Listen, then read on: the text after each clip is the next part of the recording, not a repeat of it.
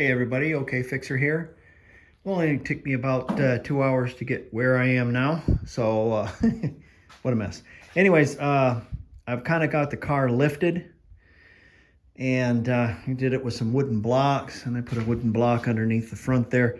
Give us about 4 or 5 inches of lift in order that we can work this right there. I separated my engine from my transmission and bolted the engine up there to get it out of the way because we're going to be working on Leon's engine, and I'm going to need that transmission in a cart. That's why I put the engine in the car. The engine's not finished. Got a lot more to do on it. I just wanted it out of the way. The best way would be up underneath there. A couple of bolts holding it up in place. Okay. We got our back package tray in, as you remember last time, and that looks fine. That looks okay. Now we got to look at this stuff. Now, what do you suppose would be underneath this? I bet you I can just peel this patch off and it'll be beautiful, wonderful metal underneath there, right? You know better. Abner Dimwit had put some, looks like some aluminum flashing underneath this. Of course, to help trap the moisture and rot and make it rot some more. Okay, anyways, I've got a couple of pieces. This channel here is pretty solid on the inside, and actually on the bottom, it's not too bad. It's got a couple of spots. I haven't decided whether or not I'm going to do the whole channel or just part of the lower channel, but I got this piece from Clocker Home, and I might just shave the whole thing off of there and put it on. It probably do. Oh, that's nice noise. Just as easy, and kind of rebuild this channel. Then I also have this part here,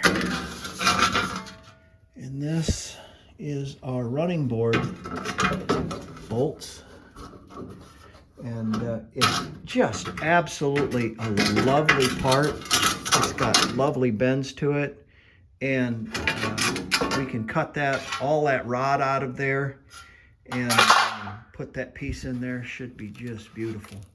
Of course, I've got a blowout up there I'm going to need to fix, but one thing at a time, you know, one thing at a time.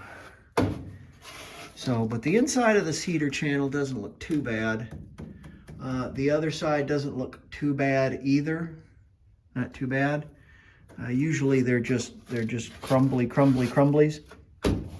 Listen, if you jack your car up, if you pull the body off your car, off your chassis, and you've got a rusty mess, please build yourself something that's going to support the inside so it doesn't fold up. You've got beautiful attachments right there for your seat belts. It works just perfect. And up front, if you use a piece of tube, you can take an angle and just weld it to the firewall or whatever, a piece of box section.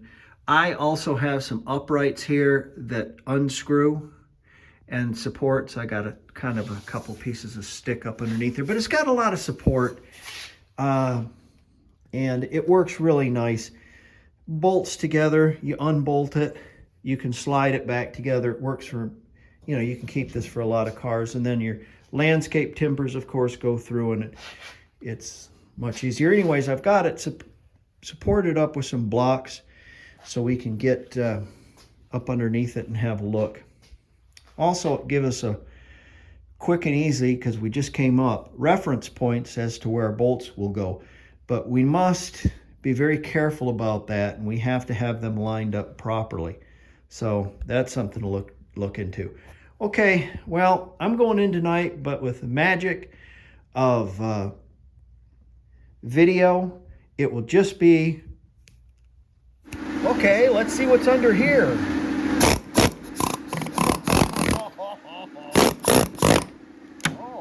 Oh yeah. too bad.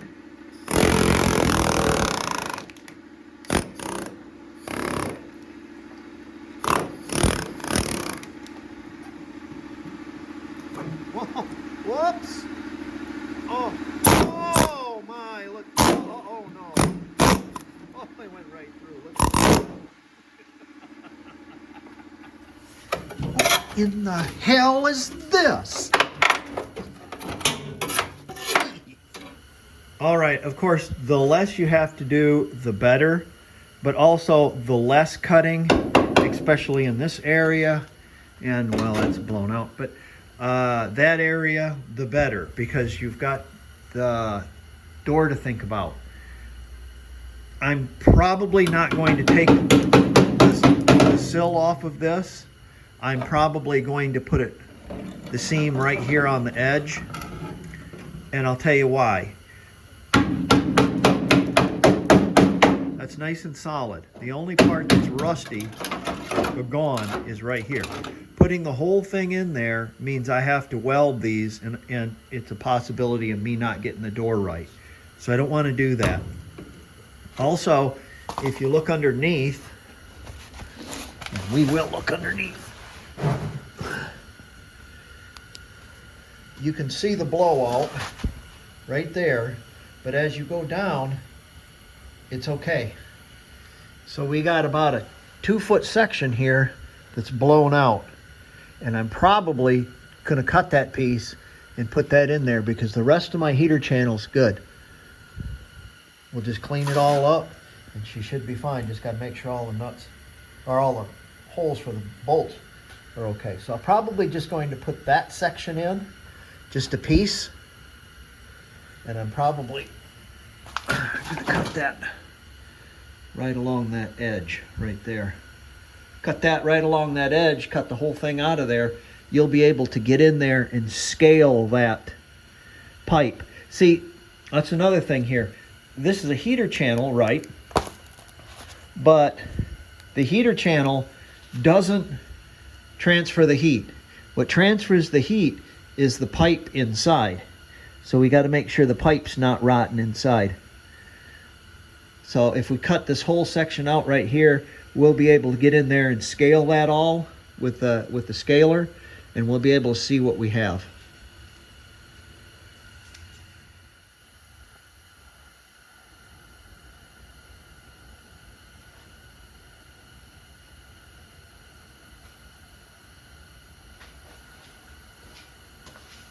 We're just going to use this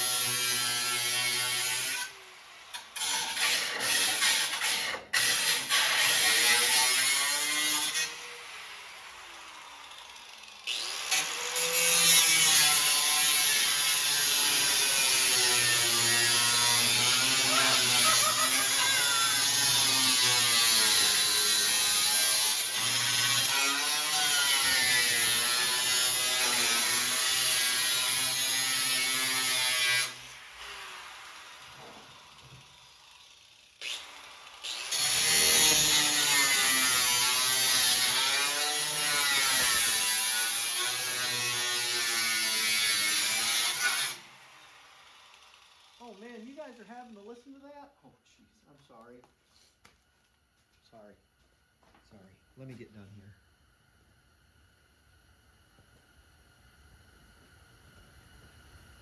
here. All right, we got things cut out pretty good. We've got a little blowout up here where the pipe goes up. I'll have to make a piece and tack it in place. I plan on taking the paper tube out anyways and putting a piece of pipe in there anyway. So I'll bring that pipe down, weld a elbow into it, or bend an elbow into it, I don't know. And then we'll stick it inside and tack that in place in the heater actual heater tube. I have a couple of little perforations right here after I scaled it. We can tack those up. I cut through just a little bit here, and I can tack that up. That's not a problem. The back end here really isn't too bad. The end cap, we'll have to make a new end cap for our heater channel, but I also have a patch that goes inside there too I need to put in there because that hasn't been patched yet. Then there is a little piece here I cut out because it was all rot, and it's if you notice how it comes down here, right here, this is the pinch weld, where this piece, when I make it, will come down like this and be welded to that. So I'll have to make a little inner structure piece first, and then we'll weld that on the inside. I'm gonna go behind it, probably tack a piece behind it, like put a couple holes in there, tack a piece behind that, and then over the top, and then I'll just weld that all up in there. Shouldn't be a big deal. Well, it'll be a big deal for some, but just keep one piece at a time. And the whole idea here is, remember what I told you, you have to keep moving. Every day you cut a little piece out, every day you weld another piece in. Pretty soon, all the problems start disappearing. Like that. Remember that? That was a big problem, right? Well, it's gone now. Okay, I'm going to get cutting this piece right here. There's a section that was blown out of the bottom, and we'll cut it out of that, find out exactly where it's going to go. And again, I will tack a piece on the inside, and then hang that right in there, and then weld it on the inside and the outside as well, and then connect the pinch weld on the inside, and should be good to be able to weld this piece too. So okay, we're coming along. I'm going to stop this now, and because I've got to clean up, I've got to prepare for something else. So thank you for being in my garage and wrenching on this, and I'll catch you on the next one. See you guys later.